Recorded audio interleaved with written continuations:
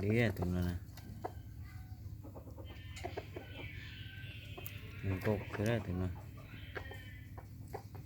bây giờ lọt gió đấy tụi nó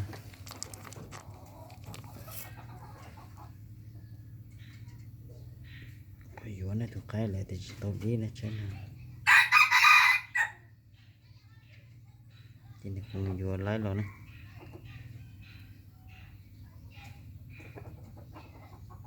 thì được gì mà tua cơ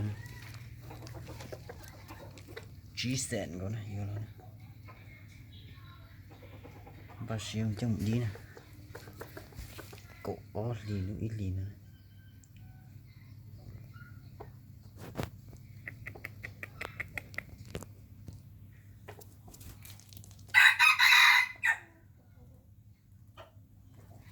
ta chỉ mà nó chỉ chuột qua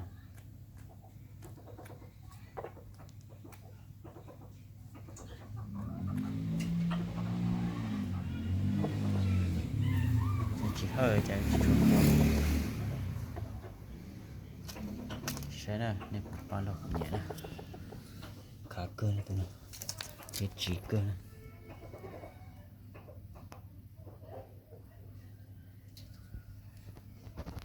có cục khác thế hơi cơ ta chỉ chẳng có chuột qua thôi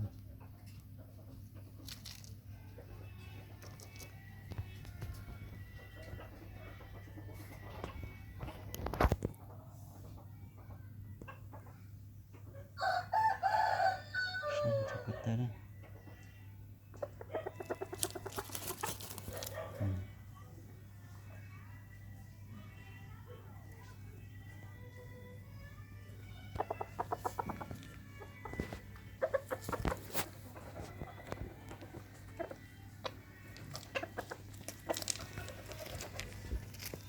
cho cái tay này có cái tay liếp trong hết rồi nè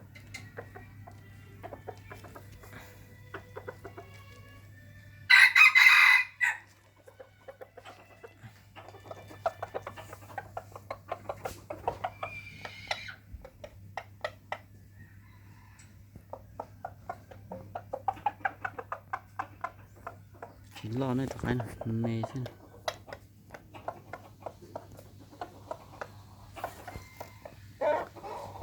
mê sẽ dùng câu kìa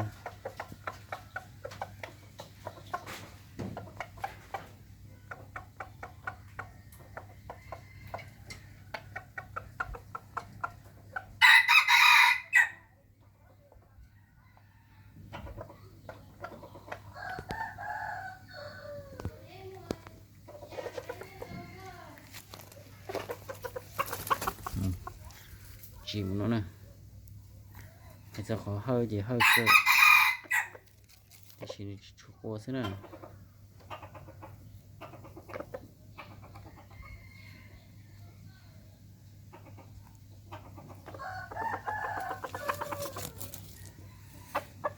qua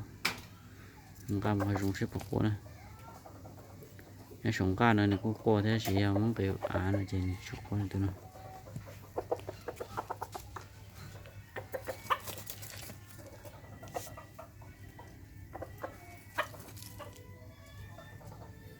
chỉ này tụi nó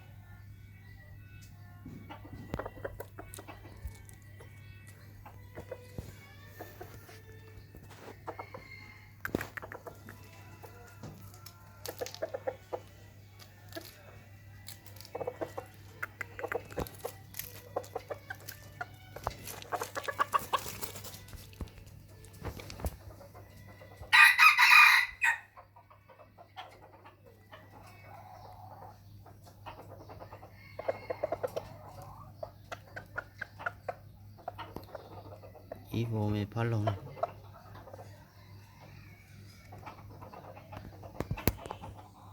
Sai trên này vẫn được cũng nhiều nữa, giờ không nhiều nữa.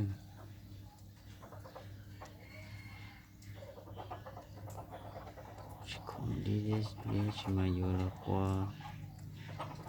vô nhiều thì là vô là chắc là qua luôn nha. Thử một sữa nữa cho một là dùng để bố đâu đi.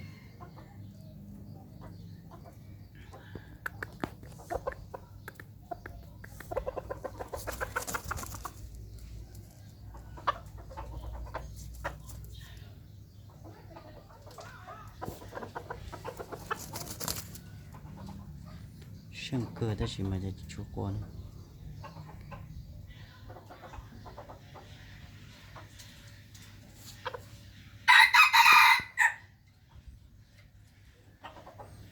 ta nên sai là điểm bao